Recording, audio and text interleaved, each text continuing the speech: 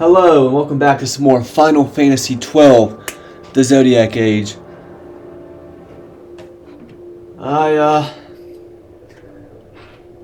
Last time we finished this area of the desert, but I think we're about to move into a new area.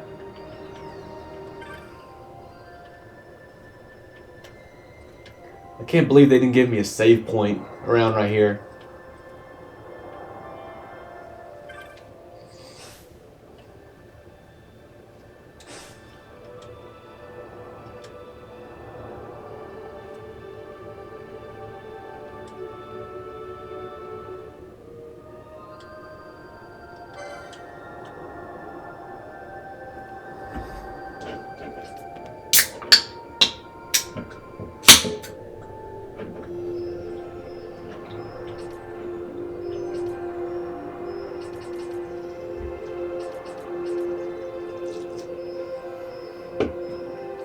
I need guns 3.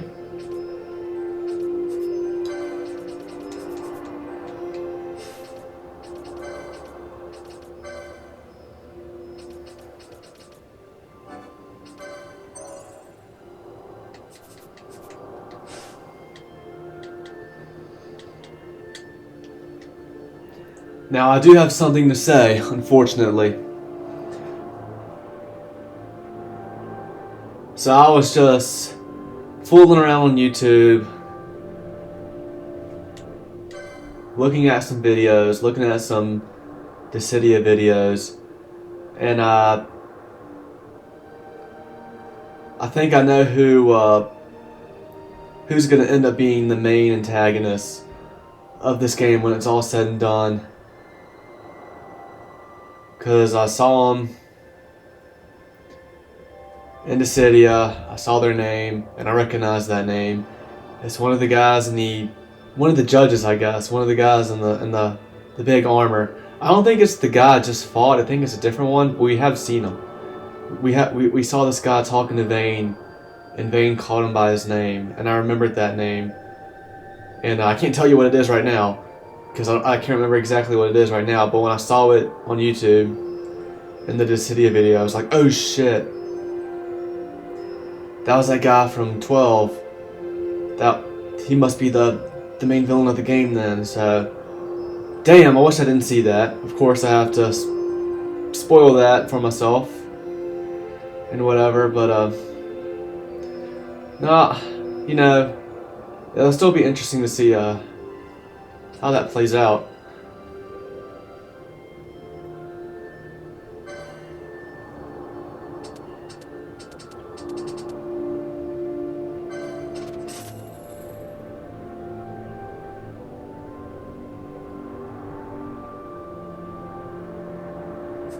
Why can't it be? I don't understand why it can't be equipped at the shop. Why can't some weapons not be equipped at the shop? I don't get it.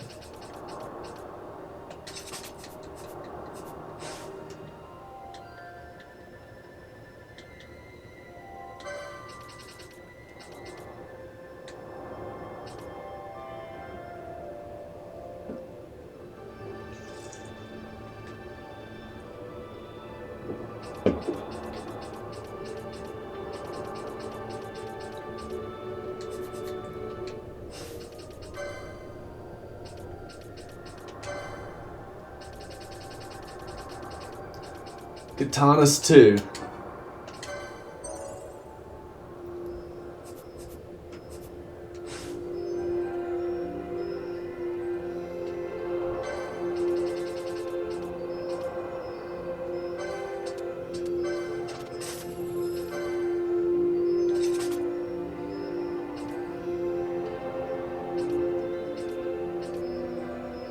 Maces.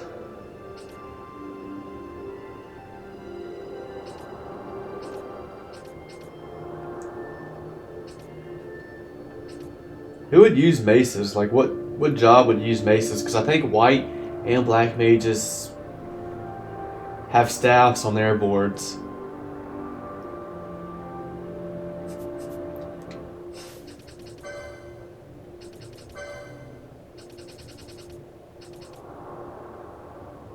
Well, she has rods.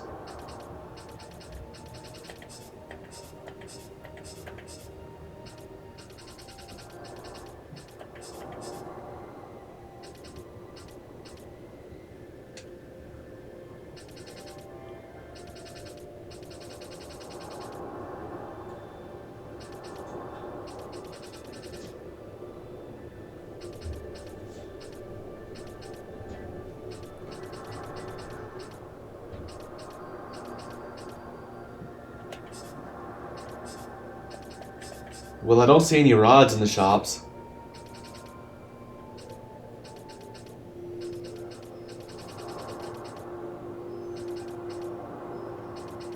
And I only see rods 1 on here at the moment anyway.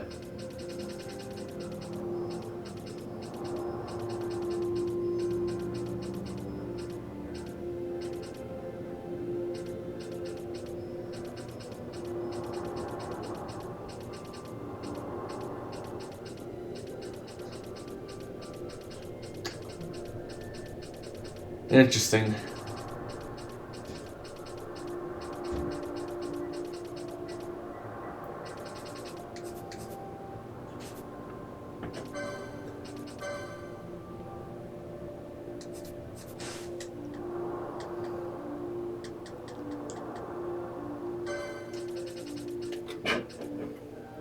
Oh wait, there's one.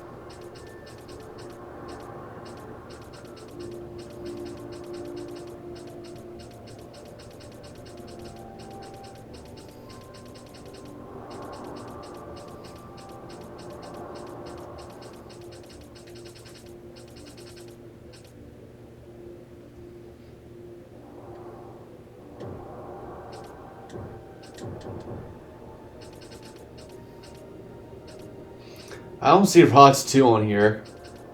Oh wait, I do see it. And I have it.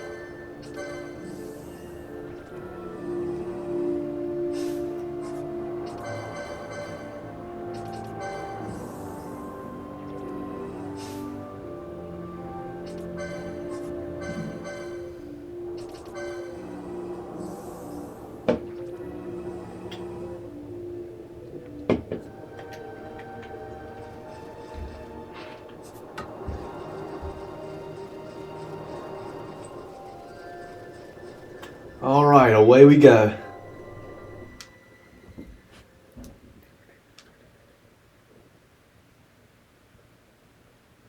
I will now have the option of saving my game.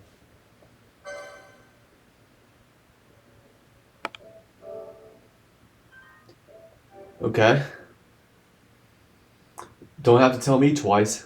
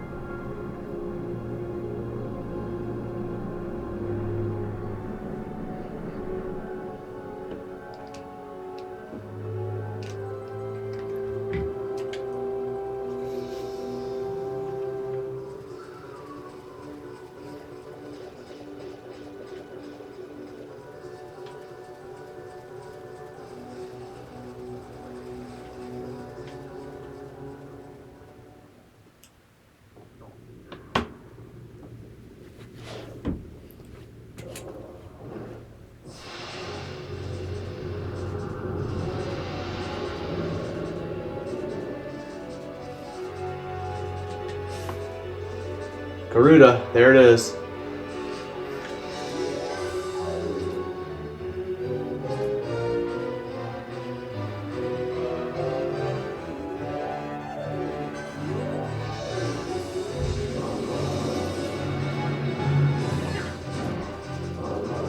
Did I do it?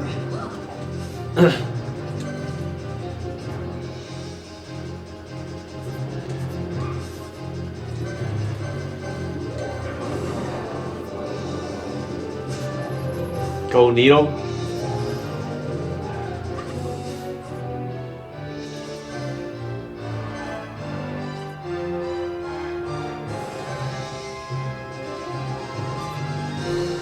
World Blades of Air. This might be very effective on this flying enemy. Alright. Shuffle. I don't know. I don't know if I'm helping myself or hurting myself shuffling. I don't know what I'm looking for.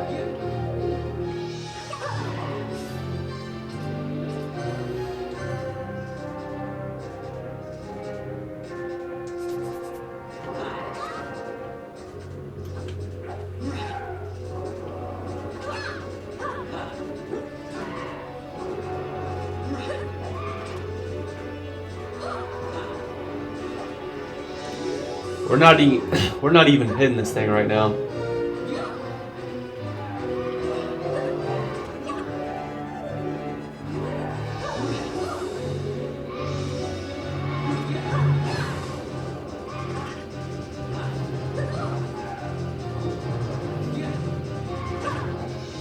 I don't think Ash is hitting it at all. Period.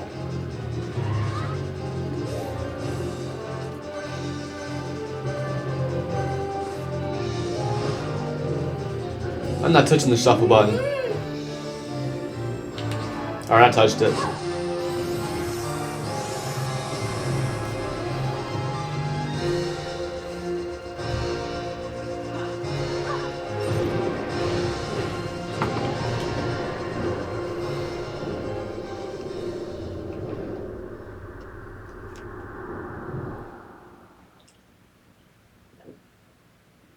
Well, that was easy.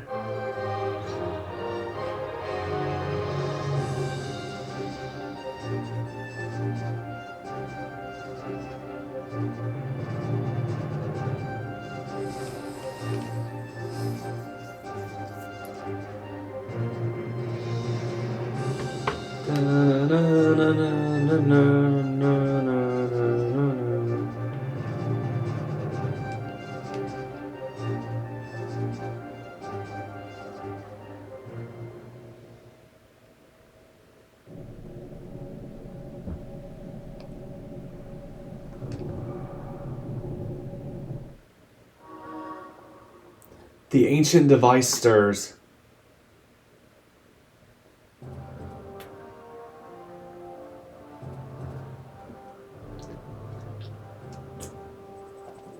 Long ago, the gods granted their favor to King Raithwall, who would oversee the subjugation of a vast territory spanning from Mordalia to Valendia. Here he forged the Galtean alliance. Though he is called the Dynast King, upon establishing the alliance he demonstrated compassion for his people and disdain for needless war. A philosophy passed on to his successors, one that would bring peace and prosperity for hundreds of years to follow. It was during his time of peace that the city-states of Arcadia and Rosaria, each members of Raithwall's alliance, took root and flourished. Raithwall left 3 relics signifying descent from the Dynast King. Of these, the Midlight Shard was given to what would become House Nablavia, and the Dusk Shard to my ancestors, the founders of Dalmasca. The last of these relics was the Dawn Shard. It remained hidden here, known only to those of royal blood. As though the Dynast King foresaw the very plight before us now. None save descendants of the king are suffered within. If we attempt to enter without proof of such lineage... There's no guarantee we'll make it out alive. Vicious beasts, fiendish traps, something like that. But you must consider the prize. The Dawn Shard lies within, and Raithwall's treasure. And there was I, thinking this was going to be hard.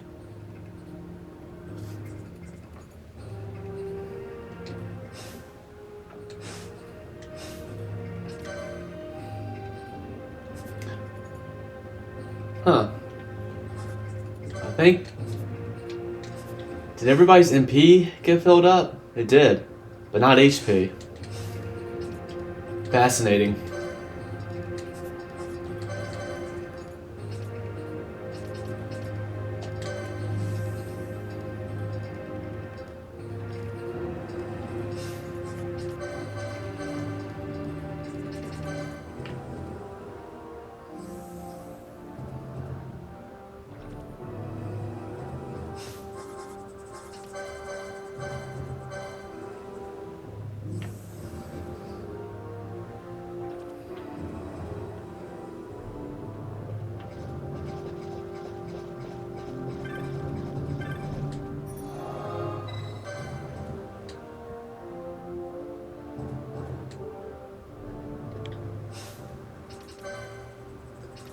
Let's do a little reading up. Danbania, being a variety of XII traveling the desert regions in flocks formed around a lone bull, Danbania. It is a peculiarity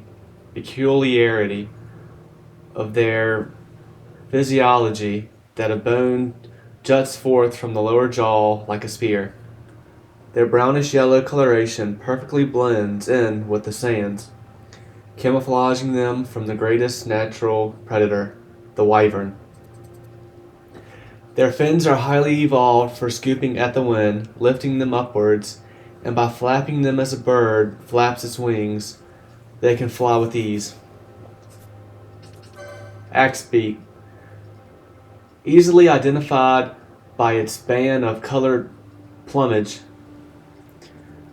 which rivals even that of the most exotic jungle fowl. This creature makes its home in the sun-baked desert climes of Evilis. Adventurers be warned, its cheerfully colorful appearance bellies a violent nature, and its beak is as sharp as the weapon after which it is named. Generally feeding upon smaller creatures, they have also been known to gather in packs for the hunting of a larger prey. Our daily burden. Let the egg sing of miracles. Let it sing for the children. So please, Kiris Andi, in her latest song of succor for the orphans of war. Since ancient times, rainbow eggs have been prized as a miracle food, a rich source of nutrition in a small, easily portable package. Recently, however, the egg's rich taste has attracted the appetites of the wealthy. The concomitant rise in price, lifting this amazing food out of the reach of those who need it most.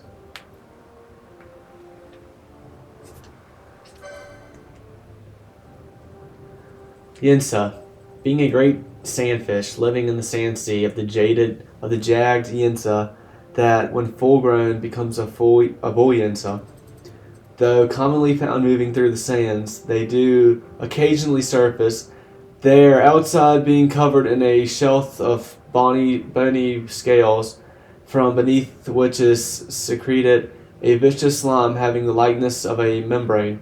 This being to repel the intrusion of sand. The Uritan Yinsa have learned the art of harnessing these beasts as an excellent means of travel across the trackless sand sea. The town crier.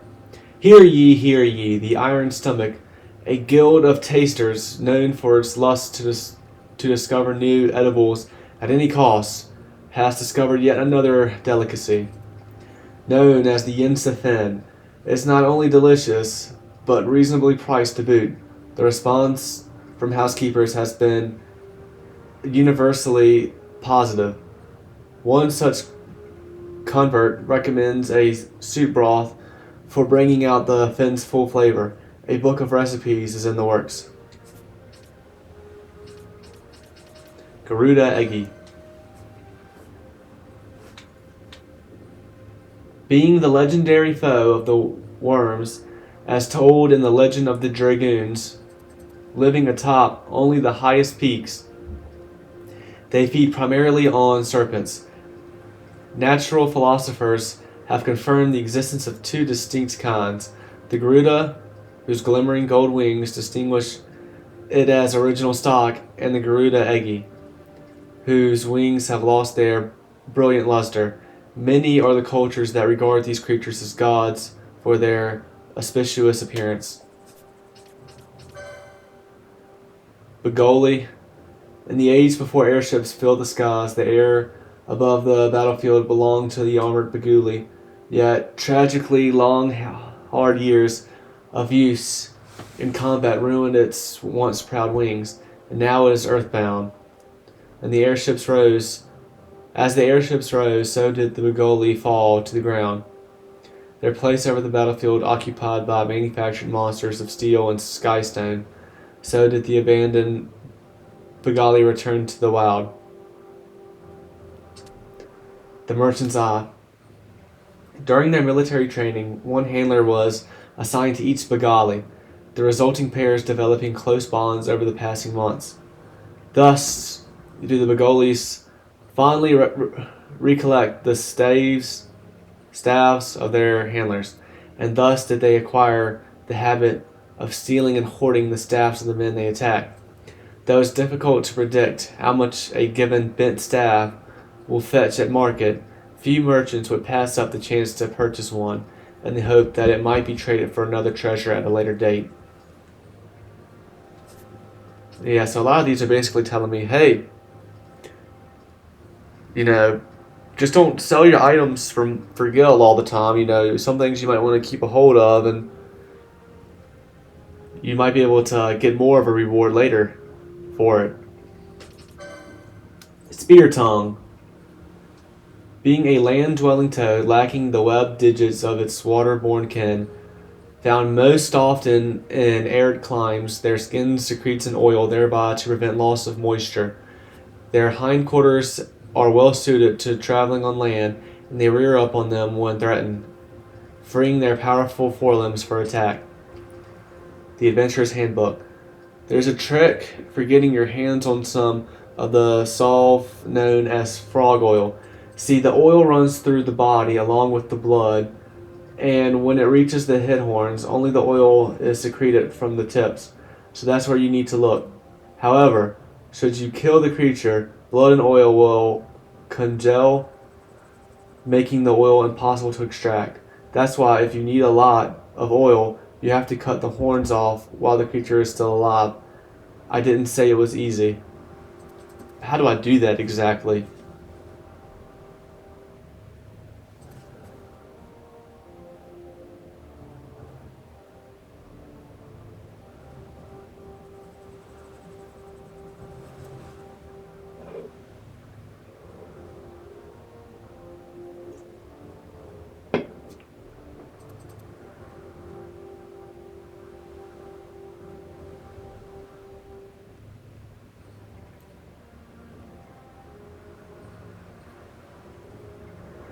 How do I cut the horns off when it's alive?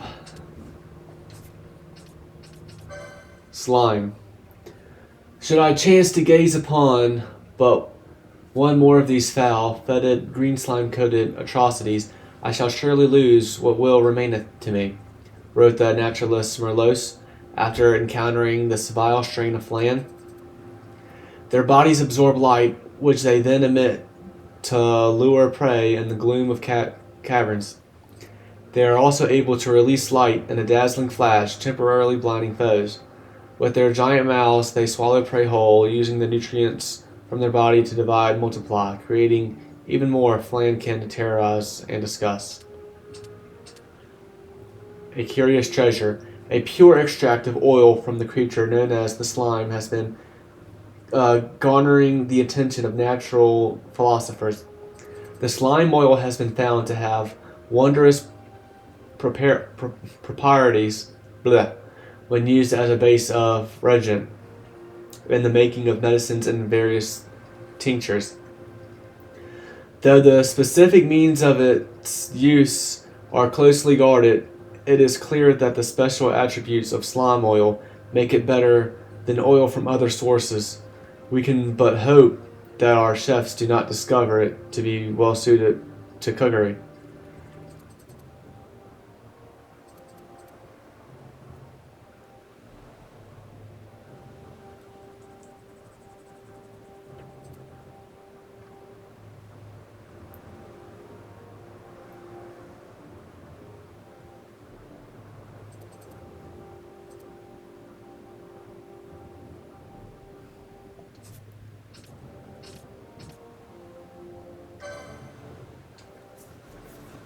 Emeralditan.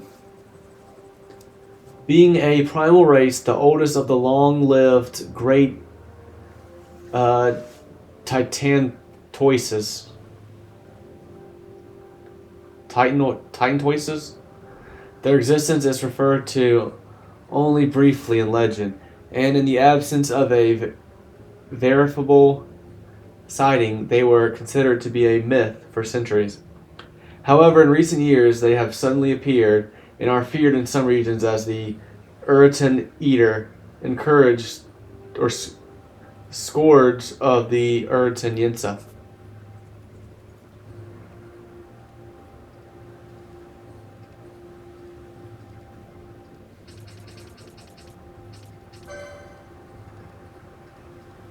Uritan Yensa. Race evolved from crustaceans to bipedal humanoids.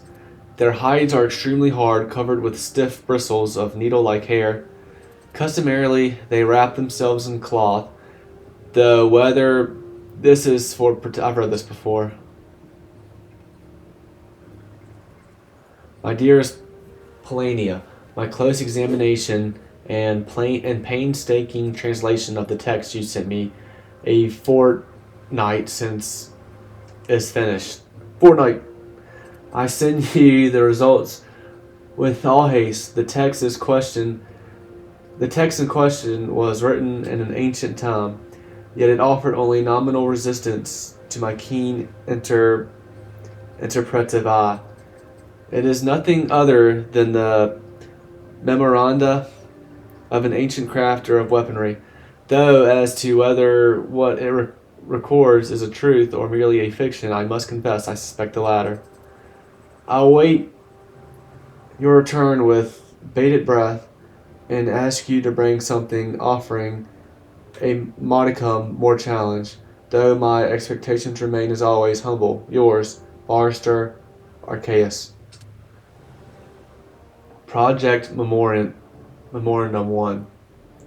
Request from said patron, wanting a device for felling beasts, for fiends, and I not thinking to ask what sort of creature he hunted, but it matters not. Whatever it may be, it will have wants, and I need only fashion an appropriate lure to whet its greed, perhaps something in the shape of a coffer. Prototype complete when placed surreptitiously amongst my assistant's belongings. He reached for tea with a swiftness, and lo, his shock and dismay at being caught. Now I need only fashion for it as a means of attack.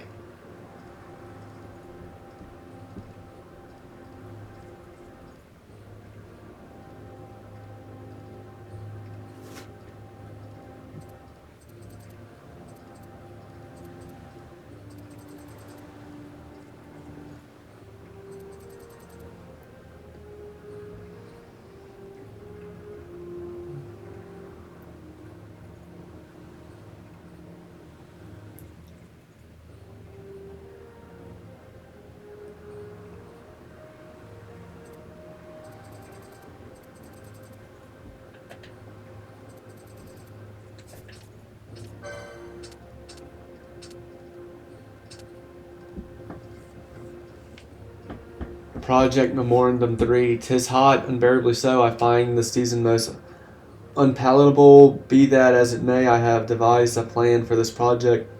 When one does not know the strength of one's foe, one must first observe. Then one must attain the necessary strength to defeat the enemy. My weapon will be a learning, growing entity. Growth, lattice in place. Had I not made it myself, indeed, I would say it lived. Yet all that lives must have a mother, and so that is what I shall make next. The mother is completed and continues her growth. So too grows her brood, for daily she gives birth to small larval weapons. Like their mother, they too have the appearance of small coffers. 'Tis much like the laying of eggs one might witness in the wild, and as such is quite fascinating. Yet at this rate my laboratory will soon be filled with coffers, returning current stock to storage.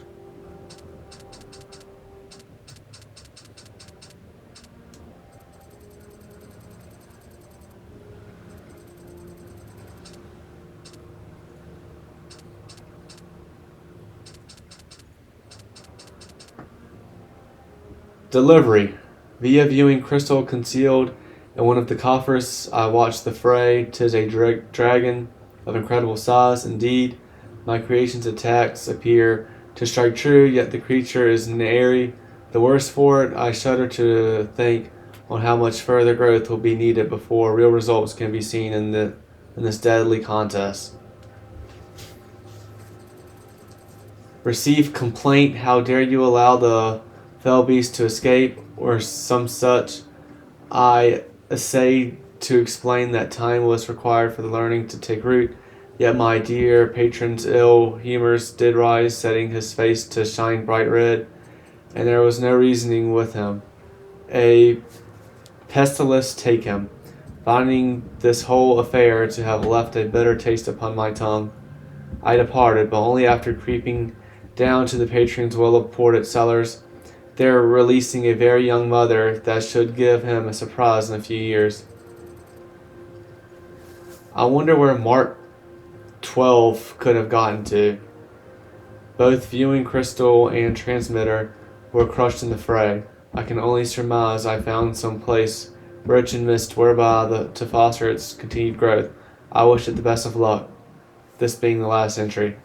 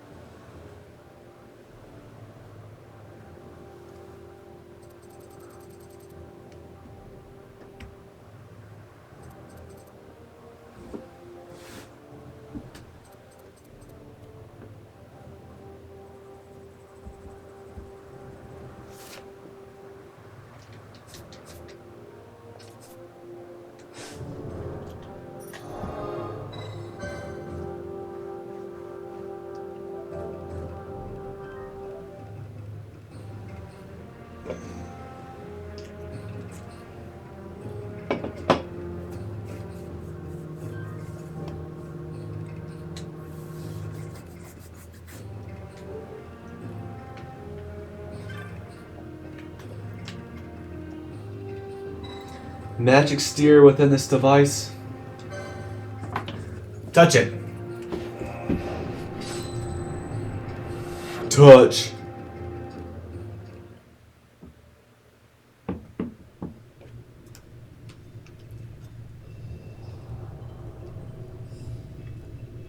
The tomb of Raithwall.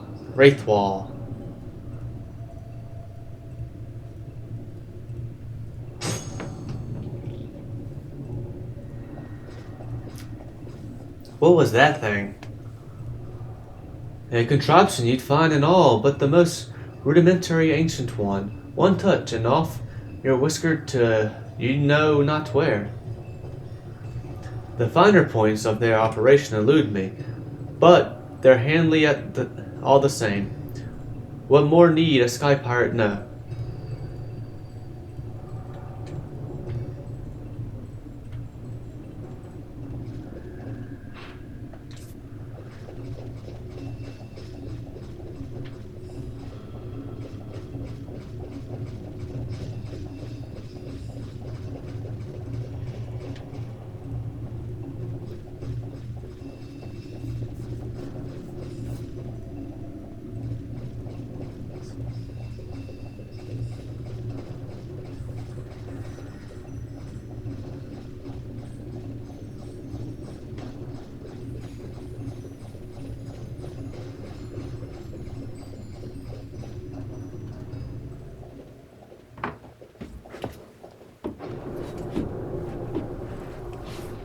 Oh shit.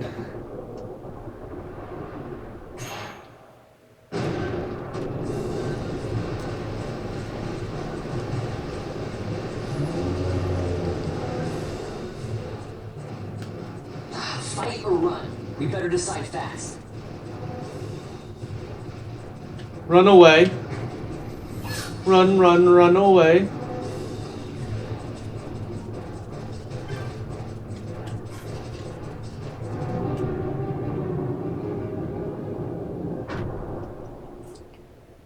I should have tried to steal from it at least.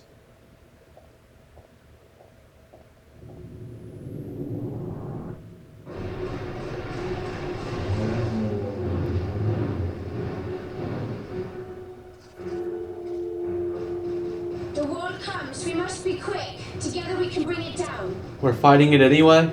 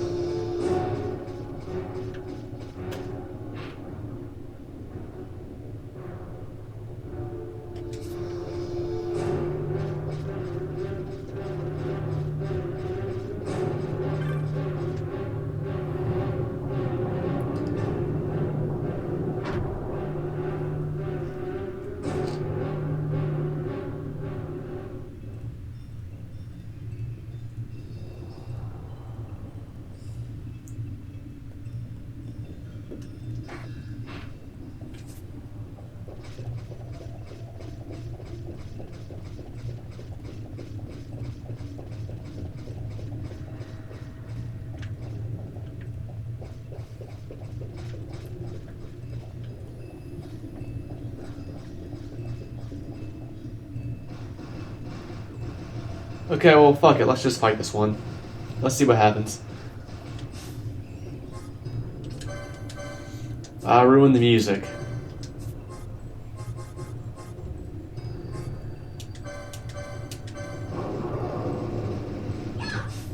Don't you blind me.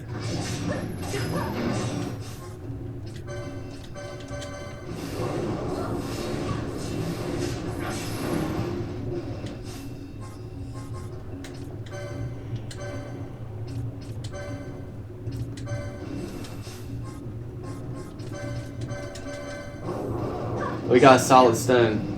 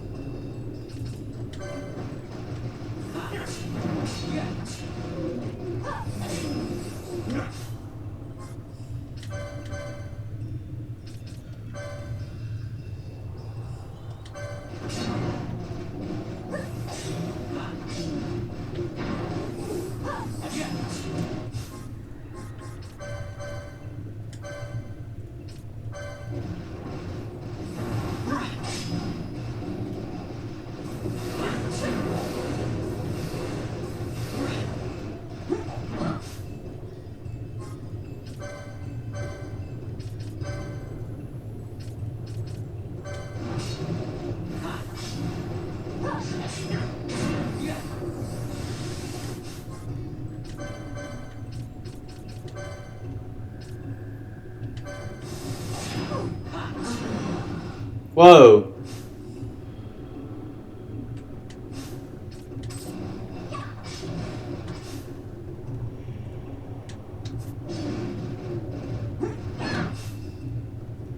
Put Ash in the X zone. What the fuck?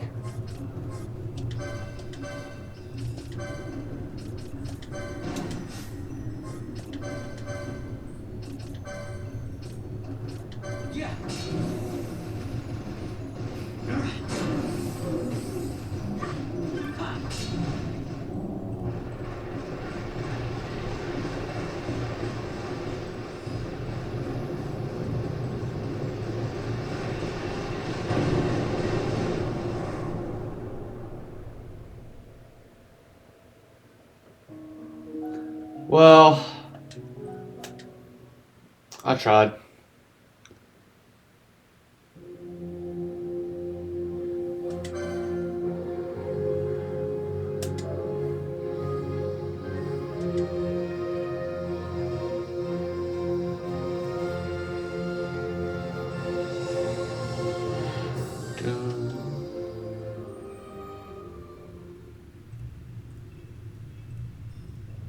I don't know where I last autosaved.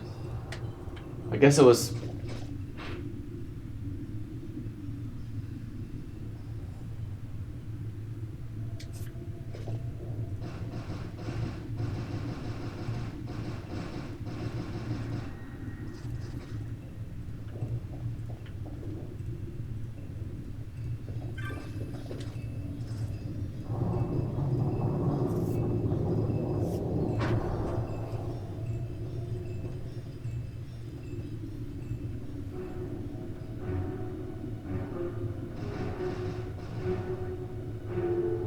Alright, this is a long path at least.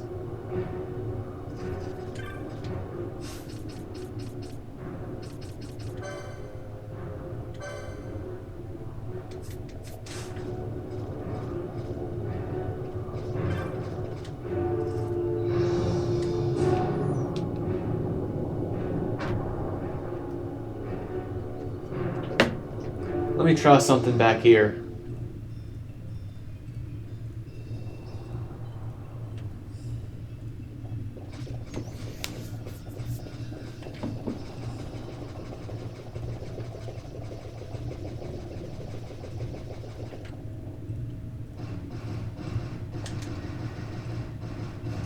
Alright, let me try to steal, and then we're gonna dip.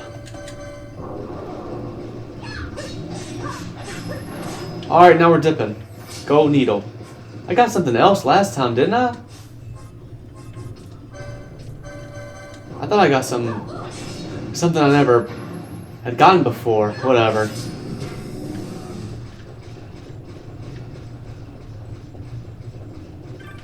Vaughn, what do you have going on?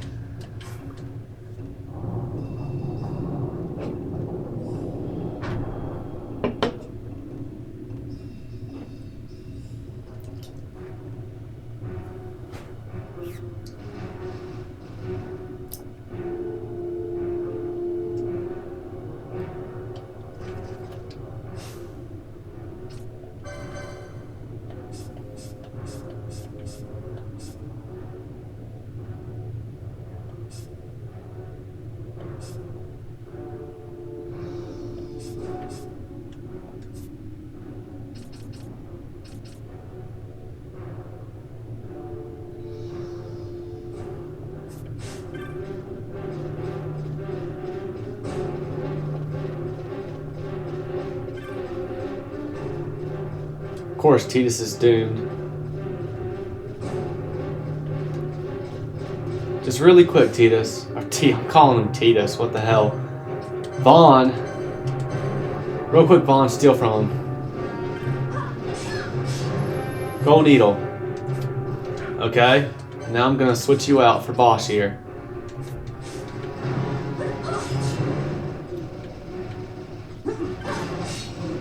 Oh shit, we're having an easier time with this one.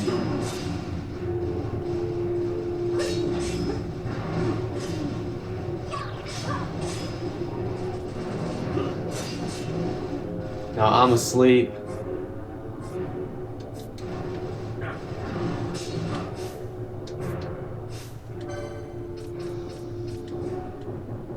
Now we're all locked in.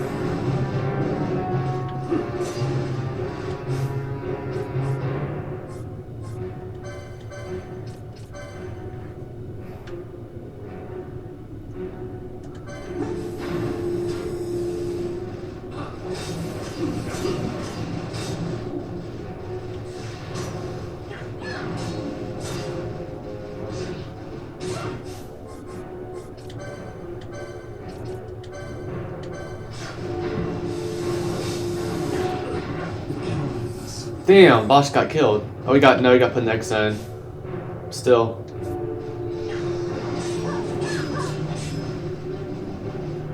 Oh yeah, we got this.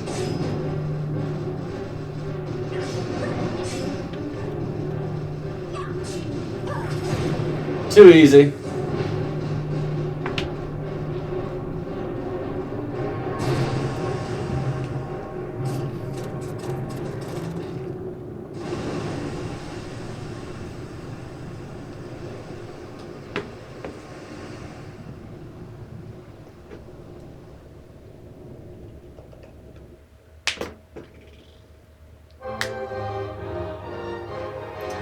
Rip Bosch.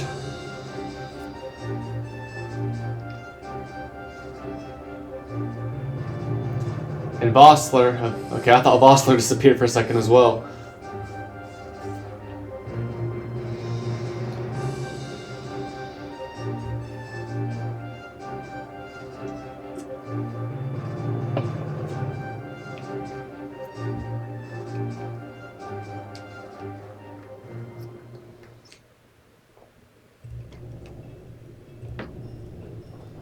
Well, how do I get Bosch out of the X zone?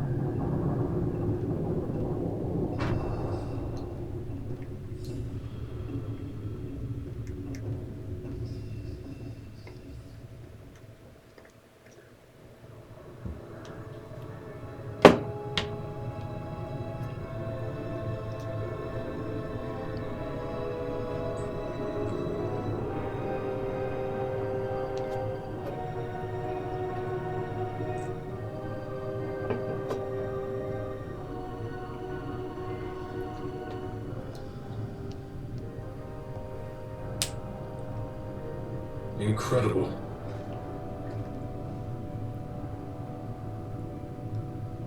It wounds me to look on as they pillage so solemn a place. Yet without help, you and I are as nothing. Is this not so? He thinks ever and always on his own profit. Assure him of it and he shall remain true to our cause. I do not share your majesty's trust. We will continue this later. Now we should concern ourselves with finding the Dawn Shard.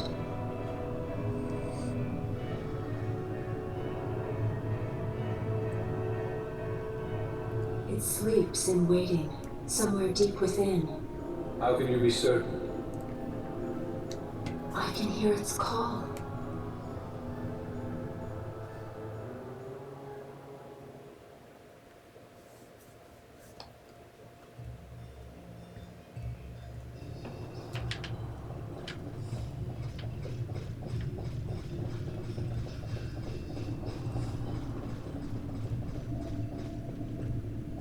Bats.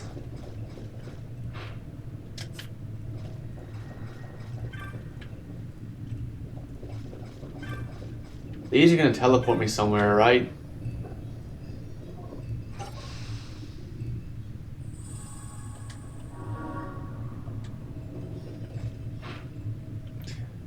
And that's more like it.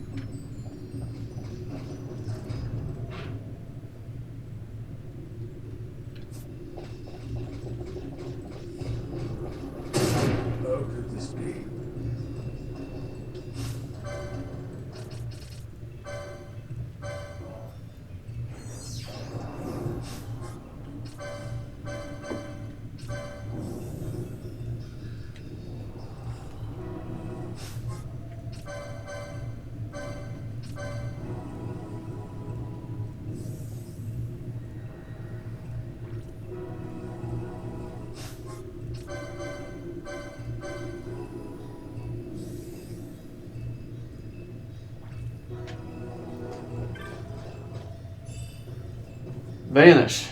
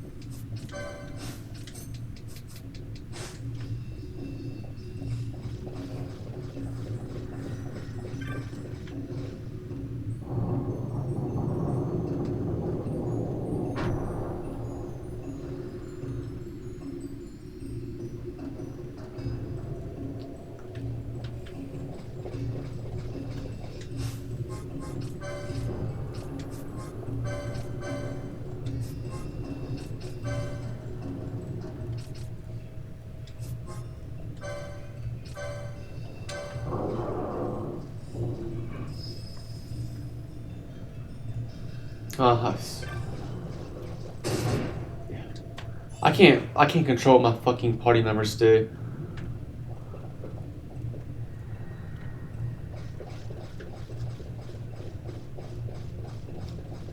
They should just not step on bombs if I've Libra them. What are we dealing with here?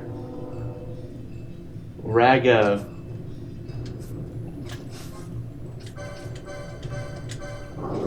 That is an ugly asshole.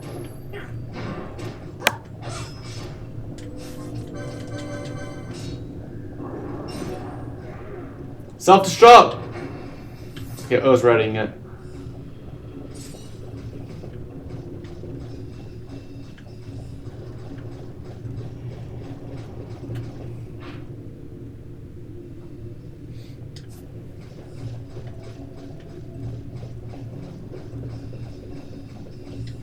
What did I get from that chest?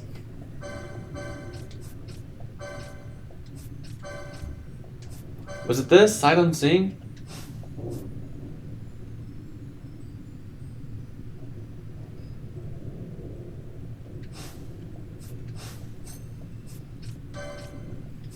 That was this. It was the Hastaga mode.